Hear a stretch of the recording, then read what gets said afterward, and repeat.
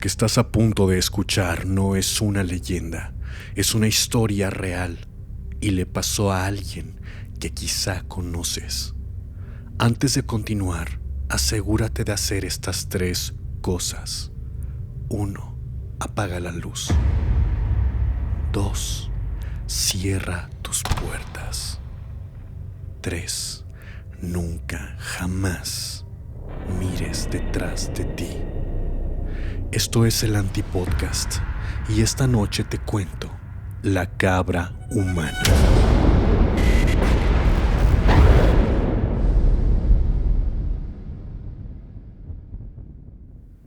Mi familia vivía en Tepotzingo, un pequeño y olvidado pueblo en México. Bueno, ahí vivíamos hasta que el diablo se apareció en persona a mi familia. Todo comenzó una fría noche de diciembre del año 1970. Mis abuelos tenían una casita al borde del pueblo, casi perdida entre los cerros, a unos 15 minutos caminando del resto de las viviendas. Tan aislada estaba que su única vecina era una anciana que vivía justo enfrente, una mujer muy viejita, de voz quebrada y mirada siempre baja, como si escondiera secretos que ya nadie quisiera saber. Mis abuelos solían ayudarla con lo que podían y mi mamá, que en ese momento era una niña, le llevaba comida cuando les era posible. En Tepotzingo no se celebraba algo en específico en diciembre, pero una vez, por un extranjero, un alemán que vivió un tiempo en el pueblo, trajo consigo una leyenda, una celebración, la celebración de San Nicolás cada 6 de diciembre. No muchos la adoptaron, pero en casa decidieron celebrarlo aquel año. Mis tíos y mi mamá, que ya eran adolescentes.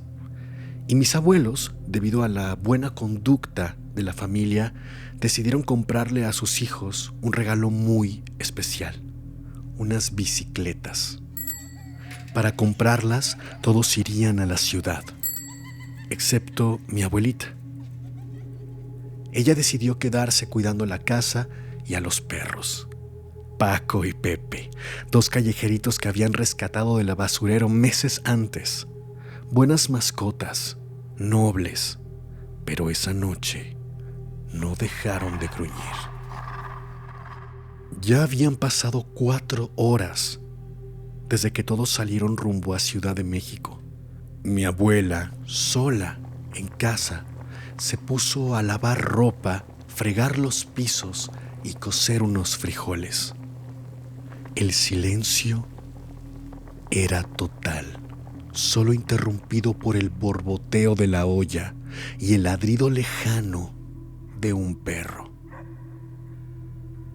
No se dio cuenta de la hora hasta que la noche cayó de golpe. Eran casi las 9 cuando comenzó a llover, primero suave, luego una tormenta brutal, como si el cielo estuviera vomitando todo su odio sobre la tierra.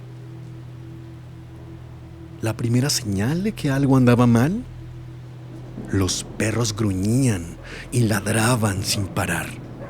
Pasó media hora y la tormenta solo empeoraba.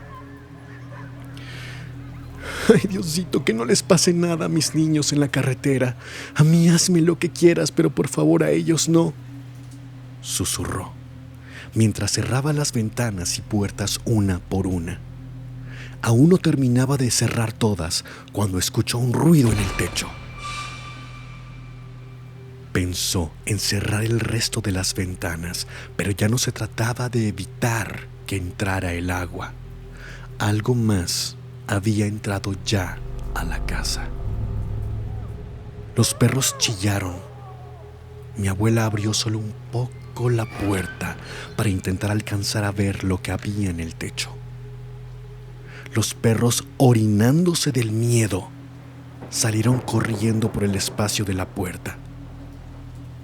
Ella decidió ponerle seguro. sintió una angustia en el pecho muy grande. Algo muy malo estaba por ocurrir. Cuando volvió a la cocina, vio que el piso estaba manchado, no por lodo, sino por algo extraño. Eran huellas. Y no eran de perro ni de vaca, eran pisadas enormes, hendidas, como de pezuña, pero alargadas, como si fueran de algo que no debería existir. El corazón de mi abuela comenzó a latir tan fuerte que pensó que se le saldría por la garganta. Siguió las marcas, temblando, sin poder evitarlo. Las huellas llevaban al cuarto de mi mamá. Y entonces se apagó la luz en toda la casa. Todo se volvió un abismo negro y helado. Solo sabía moverse porque conocía la casa de memoria. Cada piso, cada rincón, cada crujido. A veces, un relámpago rompía la oscuridad y por un segundo todo se iluminaba en un destello blanquecino y siniestro. Con las manos temblorosas y el alma en un hilo, empezó a avanzar hacia la habitación. «Hola, ¿quién está ahí? Por favor, no me haga daño. Llévese lo que quiera. Padre Santísimo, protégeme con tu espíritu». Abrió la puerta lentamente. Y ahí estaba, en una esquina de la habitación, inmóvil, viéndola. Un ser cubierto de sombra con el rostro de una cabra desfigurada. Y los ojos eran humanos, negros, vacíos y aún así llenos de odio. Tenía dos extremidades delgadas, grotescamente alargadas. Las levantó, como si le ofreciera un abrazo funesto, justo cuando un rayo iluminó el interior. Mi abuela lo vio. Él la vio a ella. Y en ese instante, algo se rompió dentro de su alma. Cayó de rodillas. Lloraba, temblaba, suplicaba. «Por favor, no me hagas daño. Por favor, vete». Se postró en el suelo, la frente contra el piso frío, y lo sintió. Una respiración tan caliente justo sobre la cabeza. El aliento del infierno. Y entonces, un dolor en el vientre, como si algo se le desgarrara por dentro. Gritó. Algo golpeó los vidrios de la ventana en la habitación. Mi abuela, de un momento a otro, recuperó la conciencia. A ella estaba mi abuelo y toda la familia. La tenían acostada en su cama. Ya era la mañana del otro día, la mañana de la fiesta de San Nicolás. Tristemente, ella no pudo volver a hablar por meses. Los doctores dijeron que fue un estrés postraumático y hasta alucinaciones. Pero eso no es lo que dijo la anciana, vecina que vivía enfrente. Ella cuenta que vio desde su ventana que los perros salieron corriendo al cerro. Luego escuchó los gritos de mi abuela y fue cuando la anciana decidió ir a ayudarla, pero la puerta tenía seguro. Así que fue hasta la ventana del cuarto de mi mamá y ahí lo vio todo. Vio a la criatura y a mi abuela hincada pidiendo auxilio. La anciana golpeó el vidrio de la ventana repetidas ocasiones para intentar romperlo, pero no tenía tanta fuerza en sus brazos. Así que fue caminando hasta la carretera a pedir ayuda, pero nadie vino. Hasta que horas después mi abuelo la encontró y fueron hasta la casa, donde ya no estaba el diablo. Pero eso sí, en el cuarto de mi mamá quedaron unas marcas, unas manchas en la pared. Es la silueta del ser. Se conservan fotografías de esto. Y cada vez que la historia es contada, cada vez que algún escéptico dice, el diablo no existe, mi familia muestra la silueta de la única vez que dos personas lo vieron cara a cara. Lo que estás a punto de escuchar no es una leyenda, es una historia real. Y esta noche te voy a contar, el cadáver de mi abuela tiene hambre.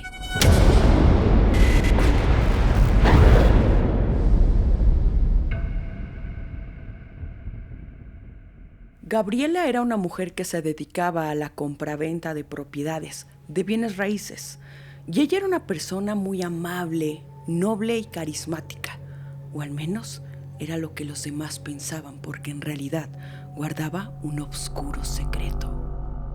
Llevaba trabajando de esto casi por 30 años.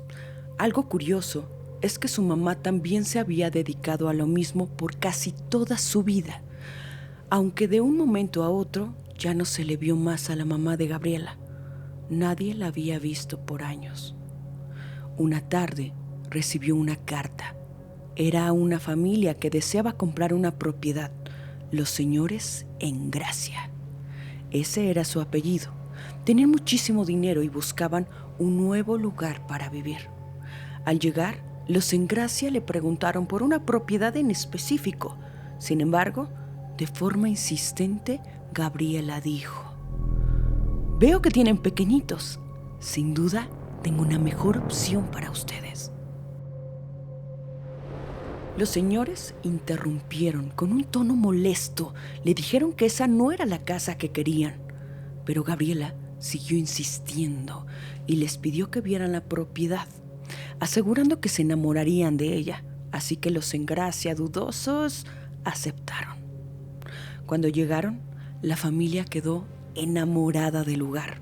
Ante sus ojos era espectacularmente bella, con estatuas y detalles clásicos. Los niños corrieron hacia la entrada felices, ignorando los regaños del señor Engracia. Solo había un problema. La casa en realidad no lucía así. La familia Engracia había sido marcada. De forma inmediata, aunque la construcción estaba en muy mal estado, se cerró la venta y Gabriela los dejó ahí. Salió de la antigua casa y cerró la puerta. En ese momento, tomó aire llenando sus pulmones y exhaló. Sonrió muy emocionada y en voz baja dijo: «Espero que ahora sí te llenes. Los niños se ven muy tiernitos, abuela». Y ella se fue en su auto. Esa fue la última vez que se supo de la familia Engracia, desapareciendo misteriosamente. Esta historia se repetía cada 3 o 4 meses. Gabriela llevaba familias que tuvieran niñitos a aquella aterradora casa y jamás eran vistos de nuevo. Los Engracia era la familia número 49, pero la gente no solía notar estas constantes desapariciones porque procuraba conseguir clientes extranjeros o a veces fingía que existían descuentos para que al final su ofrenda fuera más fácil de conseguir sin levantar sospechas. Hasta que una madrugada, Sebastián, el segundo hijo de una familia adinerada, logró escapar de aquel horrible lugar. Y en el pueblo más cercano se escuchaban sus gritos mientras se desgarraba la garganta pidiendo ayuda. Los vecinos desconcertados salieron a auxiliarlo y veían cómo el joven tenía la mirada perdida. Estaba más pálido que un muerto y tenía la ropa salpicada de sangre. Esa noche se supo el verdadero horror de aquella casa y el aterrado Sebastián contó. Nos mudamos de ciudad por el trabajo de mi padre, así que buscamos una nueva casa y una mujer hizo el trato con mis padres. Cuando llegamos, vi lo vieja y descuidada que estaba. Había maderas colgando y se veía tan llena de humedad que sentía asco. Pero toda mi familia dijeron que era perfecta. No estuve de acuerdo, pero a papá jamás debíamos contestarle o contradecirle, así que solo me resigné. Cuando entramos, vi que las paredes tenían una clase de hongos oscuros que cubrían toda la superficie de la casa. Apestaba horrible y yo le dije a mi mamá que eso le haría daño a mis hermanitos, Susana y Dani, pero solo dijo que disfrutara de nuestro nuevo hogar y dejara de quejarme. Me sentí muy extraño porque hacía mucho frío en cada uno de los pasillos de la casa. Estoy seguro que había ahí algo más. Los muebles aún no llegaban, así que dormimos en el suelo, cosa que jamás mis padres hubieran hecho en el pasado. En la madrugada sentí un viento helado recorrer desde mis pies hasta la cabeza en forma de espiral. Me senté abruptamente y escuché voces y caminé lentamente mientras toda la casa rechinaba. El drenaje emitía un sonido espeluznante y mientras caminaba por la oscura casa, empecé a ver sombras que iban de aquí para allá y escuchaba sonidos extraños. Pocos segundos después, escuché a mis hermanitos hablar. Así que fui a su habitación. Fui a ver si estaban bien, pero al abrir lentamente la puerta, vi que estaban con alguien. Platicaban de algo que no alcancé a escuchar, pero era una mujer anciana que vestía con un vestido negro, antiguo pero elegante, como si viniera de un velorio. ¿Están bien?, les pregunté. La mujer no se movía. Me daba la espalda y ellos solo dijeron: «Sí, solo platicamos con la abuela». ¿La abuela?, pensé. A la madre de mi papá no la conocimos y la madre de mi mamá había fallecido hacía un par de años atrás. Mis hermanitos se quedaron callados y la figura de aquella anciana empezó a gruñir. Estaba enojada de que yo estuviera ahí. Se giró lentamente y con una voz gruesa, amenazante e infrahumana dijo: «Tic, tac, tic, tac, tic, tac». Me hice hacia atrás y, poco antes de que la puerta se azotara sola, vi que esa entidad maligna tenía los dedos carcomidos, deformes y podridos. Les juro que tenía la boca más grande que yo haya visto en mi vida, con los dientes tan afilados para devorar cualquier pedazo de carne. Fui a buscar a mis padres, les grité desesperado y cuando llegué a su cuarto, escuché a mi papá llorar y suplicar: «Por favor, ya no me arrancan más piel». ¡Ah! Me quedé en shock, así que salí huyendo y antes de salir vi a la anciana llena de sangre. Masticaba desesperada un bracito de Susana, de mi hermanita. Vomité y corrí sin detenerme. Ahora mi familia está muerta. Después de escuchar esto, la gente fue a investigar a la casa y al llegar ya no encontraron a aquella anciana, pero las manchas y las huellas de manos de sangre eran evidentes, así como el hongo en las paredes y la pestilencia misma, que ya era prácticamente insoportable. Encontraron muchos huesos dentro del ático, cuerpos de pequeñitos de no más de 6 a 3 años de edad y un montón de juguetes. El chico dio detalles de aquella mujer quien les había vendido la casa y la gente dio con ella. La acorralaron y la torturaron hasta que ella confesó la verdad, que aquella anciana era su abuela, pero antes de ella, en esa casa habitaba su bisabuela y así sucesivamente. Cada que fallecía una madre, era su fantasma que quedaría ahí, encerrada y esperando para ser alimentadas con niñitos por la primogénita de la siguiente generación. Contaba que en vida habían hecho muchos pactos con diferentes seres oscuros y a cambio ellas debían abortar a cada varón y a toda niña después de la primogénita para ofrecer los fetos en sacrificio. Esto a las entidades más macabras y poder alimentarse. La primogénita debía de llevarles alimento fresco, niños. Contó que a quien le tocaba hacer esto en realidad era su madre, a la misma madre de Gabriela, pero que ella se había quitado la vida. Así que Gabriela se veía obligada a alimentar al asqueroso espíritu de su abuela, ya que al su madre haberse quitado la vida y no cumplir con el acuerdo por generaciones, los seres amenazaban con llevarse a los hijos de Gabriela para servir como alimento para su propia abuela. Después de saber la verdad, la gente decidió terminar con todo esto de una vez. Así que fueron en busca de los pequeños hijos de Gabriela y a ella, junto con sus hijos, los obligaron a entrar a aquella casa aterradora y les prendieron fuego mientras oraban y gritaban. La escena fue tan perturbadora que mucha gente comenzó a irse del pueblo y poco a poco este se fue convirtiendo en un pueblo fantasma.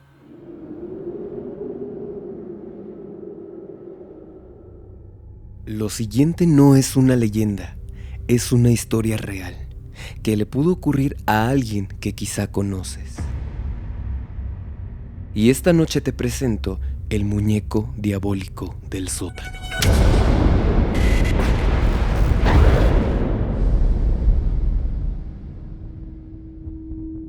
La abuela murió en primavera, pero su casa en el campo seguía de pie. Era de esas casas viejas, llenas de cuadros antiguos y pisos que crujían, como si se quejaran con cada paso que daban. Mis padres decidieron que pasaríamos ahí las vacaciones del verano, para no dejarla sola. Como si una casa pudiera sentirse sola, pensé yo. Pues ahí estuvimos, y desde la primer noche, mi hermana pequeña Sofía se encariñó con un muñeco de trapo que encontró en el sótano. Lo llamó Pato. El muñeco tenía ojos de botones, una sonrisa cosida, torcida y ropa vieja. Aún puedo ver su camisita de trapo color gris por lo viejo que estaba. Parecía un muñequito como de los años 40. Nadie recordaba haberlo visto antes. Incluso mi mamá creyó que pertenecía a mi abuela cuando ella era pequeña. Bueno, pues la primera vez que algo raro pasó fue al tercer día de nuestra estancia en esta casa. Recuerdo haber dejado a Pato en el sillón que estaba en el cuarto de Sophie y yo bajé a la cocina por un vaso de agua. Cuando subí las escaleras, me quedé fría. No podía hablar. Resulta que el cuarto en el que yo me estaba quedando estaba justo enfrente de las escaleras. Y a ver, que yo siempre mantengo las puertas cerradas porque no me gusta que se vea el desorden de mi habitación. Y en esa ocasión, mi cuarto estaba abierto, lo cual me sorprendió. Pero no solo eso. Pato estaba sentado en el borde de mi cama, con la cabeza ladeada. Parecía que me miraba directo a los ojos. Parecía que estaba vivo. ¡Sofía, ven acá!, le dije. ¿Qué pasó?, me preguntó. ¿Tú moviste al muñeco? Yo lo puse en otro lado de tu cuarto. No, yo estaba en el jardín. Sofía, por favor, la interrumpí. No me asustes, porque ese muñeco se está moviendo solo. Dime si lo moviste. Sofía negó haberlo movido. Lo más extraño ocurrió días después, y es que Sophie comenzó a hablar de cosas que no debía saber, cosas de la familia. Por ejemplo, le dijo a mi mamá que mi tío Mario no había perdido la vida en ese accidente de autos como se nos habría contado, sino que decidió ponerse una soga al cuello y colgarse de una viga en el granero. Le dijo a mi papá que la abuela le guardaba algo en el sótano y que él ya lo sabía. Él sabía qué era. Y en efecto, mi papá nos contó que de hecho esa salida era también para recoger una caja con algunos amuletos y joyas que la abuela le dejó en su testamento. Pero de esto nadie, salvo mi papá, lo sabía. Por un momento pensamos que Sophie tenía mucha imaginación, hasta que vimos que nunca se despegaba de aquel muñeco y siempre lo acercaba a su oído, como si le estuviera contando un secreto. Yo estaba segura que ese muñeco escondía algo, no me daba buena pinta. Y un día, siendo de noche, yo me encontraba en mi cama, esperando a quedarme dormida, cuando escucho que alguien toca mi puerta, pero de una manera desesperada. Volteé a ver el espacio que hay entre el piso y la parte inferior de la puerta y veía la sombra de algo o alguien. ¿Papá? ¿Mamá? ¿Sophie? Pregunté. La puerta volvió a ser tocada, pero esta vez aún con más intensidad. Y fue cuando me levanté de la cama y conforme me acercaba a la puerta, los toquidos iban siendo más y más rápidos, más estruendosos. Abrí la puerta y no había nadie. Solo estaba el pasillo oscuro y una luz que dejaba entrar la ventana de la calle. Cerré la puerta y al instante en el que lo hice, tocaron nuevamente. Y esta vez abrí de inmediato. ¿Quién creen que estaba en el pasillo viéndome fijamente a los ojos? Así es, era Pato, quien se encontraba sentado en el pasillo viéndome con aquellos ojos oscuros de botones. En ese momento le grité a mis padres con tanta fuerza que se levantaron de golpe. Corrieron hacia mí y les expliqué qué es lo que estaba ocurriendo con Pato.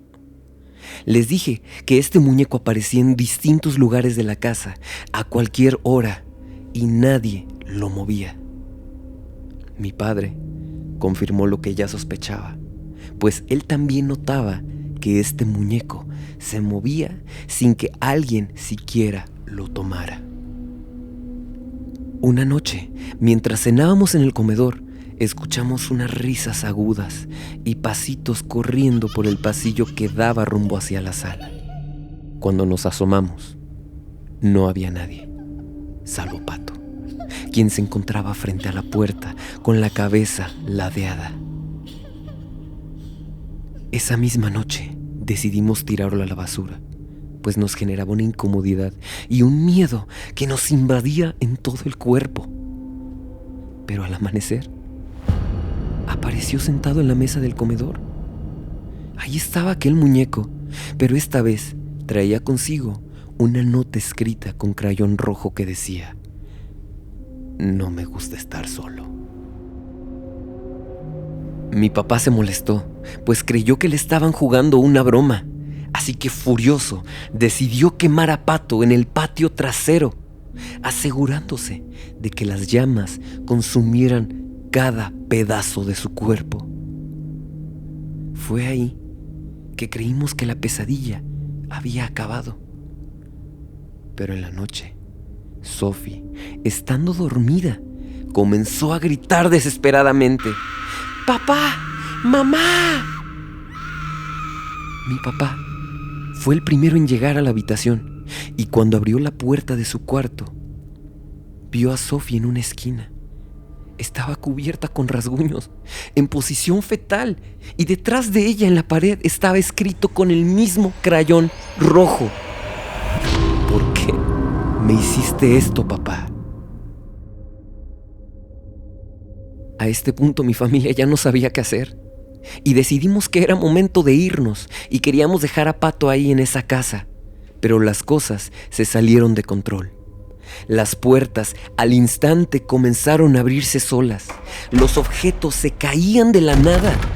Había voces que murmuraban cada uno de nuestros nombres.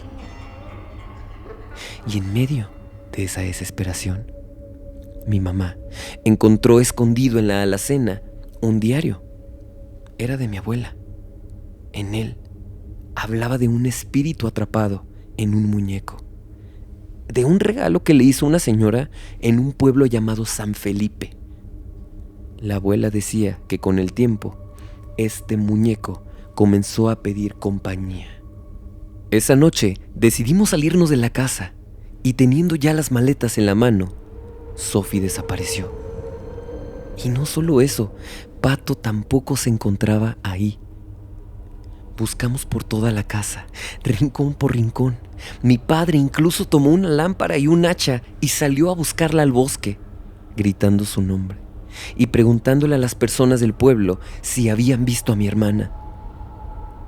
No encontramos nada. Nadie la volvió a ver. Nos quedamos todo ese fin de semana buscando a mi hermanita. Y extrañamente, los eventos paranormales cesaron. Pero nunca más supimos de Sophie. ¿Y quieren saber qué fue lo más extraño? El cuarto de Sophie estaba solo. Y cuando mi padre subió como último acto de desesperación para ver si había alguna pista o algo que pudiera dar con el paradero de su hija, se encontró con una última nota, escrita con el crayón rojo. Se encontraba en la cabecera de su cama y decía: ahora no estoy solo. Desde entonces, la casa se encuentra vacía, pero a veces los vecinos aledaños dicen que en el ventanal se puede ver un muñeco viejo con ojos de botón, esperando. Y a su lado lo acompaña una pequeña que sonríe sin moverse. Una niña que casualmente posee las características de Sofía. Dulces pesadillas.